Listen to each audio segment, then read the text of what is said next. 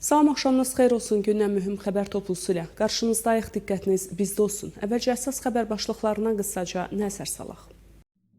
Azərbaycanlı təqaüdçülər yenidən eyləm keçiriblər. 54 həbsxanada məhbuslar aclıq eyləminə başladı. İran-İsrail müharibəsinin ikinci mərhələsi şiddətli olacaq. Ermənilərin Qarabağa qayıdışı sülhə təhlükə yarada bilər Paşinyandan açıqlama. İtaliya Ukraynaya yeni hərbi yardım ayıracaq. İndi isə daha ətraflı. Ötən gün İran Telekommunikasiya şirkətinin Həmədan, Təbriz və Zəncan şəhərlərindəki təqaüdçüləri yenidən ənənəvi həftəlik etiraz eyləmi keçiriblər. Bu haqda Azad İşçi Hərəkatı məlumat yayıb.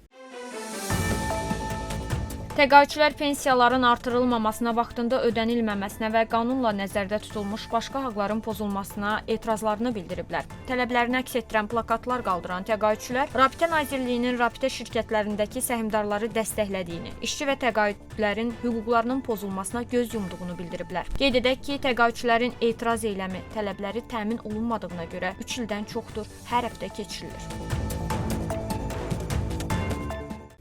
Davam edirik. Qərbi Azərbaycanın Qoşaçay şəhərindən olan traktor komandasının azarkeşi Tohid xadimi təhlükəsizlik qüvvələri tərəfindən həbs edilib. Tohid xadiminin qohumları onun 10 gündən çoxdur ki, təhlükəsizlik qüvvələri tərəfindən həbs olunduğunu və ona qarşı yönəldilən ittihamlar barədə məlumat verilmədiyini bildiriblər. Xatırladaq ki, oktyabrın son günlərində Qərbi Azərbaycan əyalətində Kürd milis qrupları ilə əlaqəli elementlərin ictimai fəaliyyətləri ilə bağlı sosial mediada tənqidi məzmun dərc etdiklərinə görə ən azı 20 türk fəal həbs edilib. Eyni zamanda bir sıra türk fəallar təhlükəsizlik orqanları tərəfindən telefonla bu məsələ ilə bağlı məzmun dərc etməyə davam edəcəklər təqdirdə həbs olunacaqları barədə xəbərdarlıq alıblar. Tohid xadimiyə yaxın şəxslər onun da həbsinin bu məsələ ilə bağlı ola biləcəyini düşünürlər.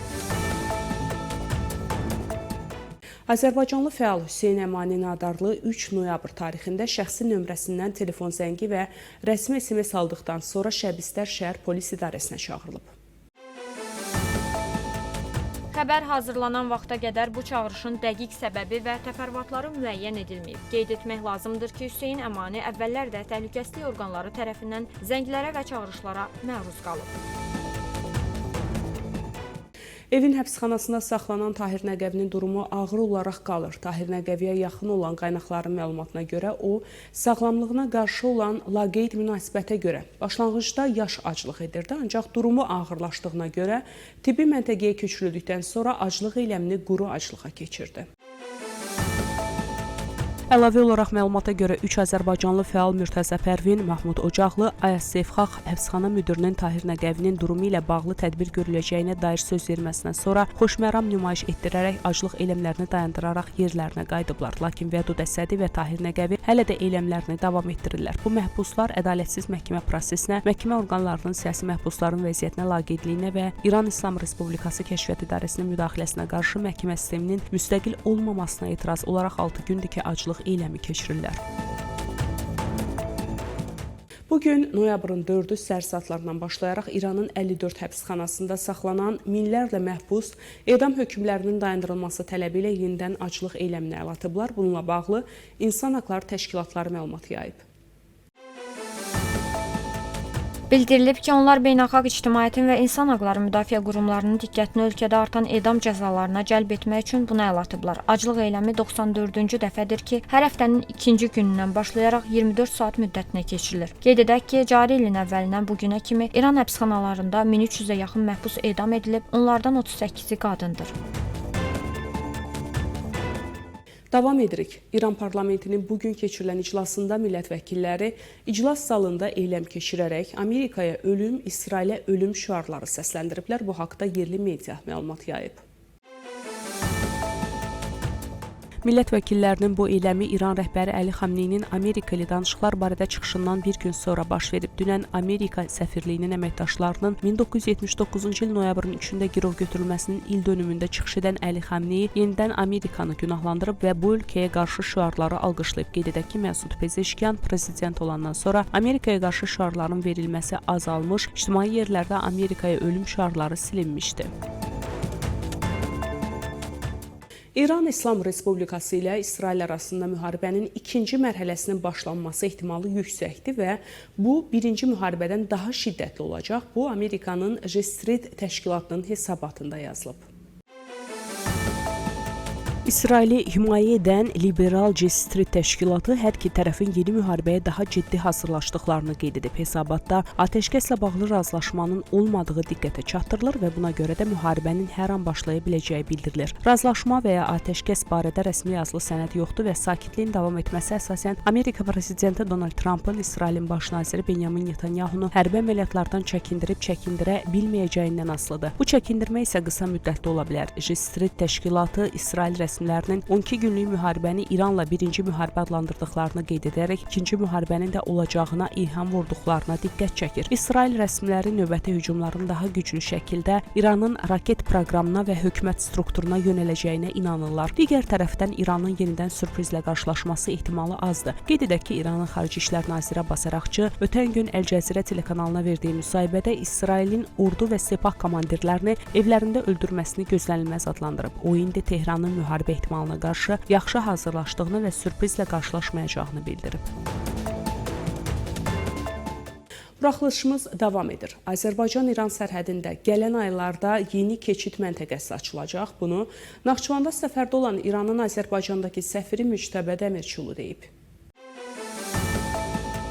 O qeyd edib ki, hazırda İran və Azərbaycan arasında 4 keçid məntəqəsi Astara, Biləsuvar, Culfa və Şahtaxtı, Poldeşt fəaliyyət göstərir. Gələn aylarda isə daha bir keçid məntəqəsi açılacaq. Bu keçid yeni körpü tikintisi ilə əlaqədardır ki, bu körpü Ağbənd, Kəlalə regionunda yerləşəcək. Bu istiqamətdə işlər çox yaxşı gedir və ilin sonuna qədər, yəni dekabrın sonuna kimi körpünün tikintisi bitəcək. Eyni zamanda keçid məntəqəsi üçün bəzi qurumların hazırlıq işləri davam edir. Ümid edirik ki, gələn 3-4 ay ərzində bu yeni keçid məntəqəsi hazır olacaq. Bu isə o deməkdir ki, Azərbaycan və İran arasında iqtisadi əlaqələri daha da genişləndirmək üçün yeni imkanlar yaranacaq. Səfir qeyd edib ki, yeni keçid məntəqəsinin və körpünün istifadəyə verilməsi ilə Naxçıvanın Azərbaycanın əsas hissəsinə çıxışı daha qısa və daha qısa müddətdə mümkün olacaq. Bundan başqa həmin istiqamətdə başqa infrastruktur və quruculuq işləri də aparılır. Yol bəzi yerlərdə dağlıq ərazilərdən keçdiyi üçün xüsusilə qış aylarında çətinliklər olurdu. Buna görə də yeni tunellər tikilir və mən bazar günü həmin tunellərə də baxdım. İşlər çox yaxşı irəliləyir, bəzi hissələrdə yol genişləndirilir. Ümumiyyətlə, vəziyyət çox yaxşıdır və bu işlər iqtisadi əlaqələrin daha da inkişafına, həmçinin Naxçıvanın Azərbaycanın digər hissələri ilə əlaqəsinin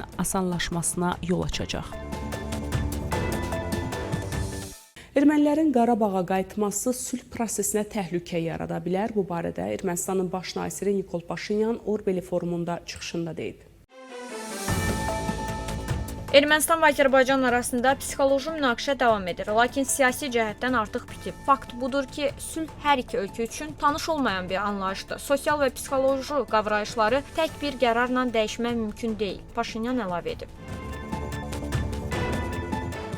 Dünya gündəmi ilə davam edirik. Ukraynada raket istehsalı pis getmir. Bu barədə Ukrayna prezidenti Vladimir Zelenski jurnalistlərlə görüşü zamanı bildirib.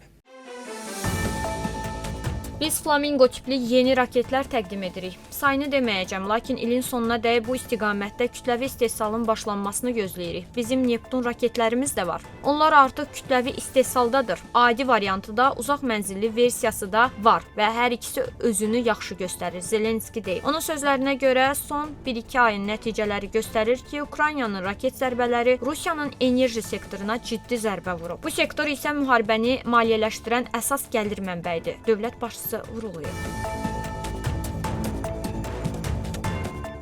İtaliya Ukraynaya yeni hərbi yardım paketi ayıracaq. Bu barədə İtaliyanın müdafiə naziri Guido Crosetto bildirib. Mövqeyimiz dəyişməz olaraq qalır. Ukrayna üçün yeni yardım paketi hazırdır. Tezliklə rəsmi Kiyevə dəstəklə bağlı yeni yardım paketini hökumətə təqdim edəcəm, deyə nazir qeyd edib. Türkiyənin ilk milli döyüş təyyarəsi Kaan ordunun inventarına daxil ediləcək. Bu barədə Türkiyə prezidenti Rəcəb Tayyib Ərdoğan bildirib. Onun sözlərinə görə ilk milli döyüş təyyarəsi Kaan müəyyən edilmiş cədvəl üzrə hərbi hava qüvvələrinin intervalına daxil ediləcək. Türk dövlətlərinin 1 trilyon dollardan çox ticarət həcmi var, amma öz aralarındakı ticarət dövriyyəsi 70 milyard dolları ötmür. Bunu Yıldırım Türk Dövlətlər Təşkilatının Ağsaqqallar Şurasının 18-ci iclasından sonra jurnalistlərə açıqlamasında deyib. Türk dövlətlərinin çox böyük potensialı var, lakin bu zənginliyi öz aralarında bölüşmürlər və üçüncü ölkələrə verirlər. Türk Dövlətləri Təşkilatının Ağsaqqallar Şurasının müvafiq nazirlərin mülki cəmiyyət qurumlarının əsas qayəsi birliyimizi gücləndirmək və ehtiyaclarımızı əvvəlcə öz aramızda həll edilməsini təmin etməkdir. O qeyd edib. Binəli Yıldırım Türk coğrafiyasının strateji bölgə olduğunu və buna görə də ölkəmizin üzərinə uzunmüddətli əməkdaşlıqla bağlı məsuliyyət düşdüyünə diqqət çəkib. İdman xəbəri ilə davam edirik. Asiya Seçmə Liqasının 4-cü həftəsinin oyunları çərçivəsində Təbrizin Traktor komandası İraqın Əl-Şörtə komandası ilə qarşılaşıb. Bu haqda İran mediası məlumat yayıb. Oyun bugün yerli vaxtla axşam saat 19:30-da Təbrizin Səhənd stadionunda keçirilib. Traktor komandasının üstünlüyü şəraitində keçirilən qarşılaşma 1-0 Təbriz təmsilçisinin xeyrinə başa çatıb. Bununla da Traktor turnir cədvəlində xallarının sayını 8-ə çatdırıb. Qeyd edək ki, stadiona toplaşan tərəfdarlar ana dili və başqa milli hüquqlarla bağlı şüarlar səsləndiriblər. Buna görə də İran televiziyası bir neçə dəfə səsi kəsib və qarşılaşmanı senzur ilə yayımlayıb. Belə hörmətli tamaşaçılar, bugünə çatdıracağım əsas xəbərlər bunlar idi. Görüşmək ümidi ilə salamat qalın.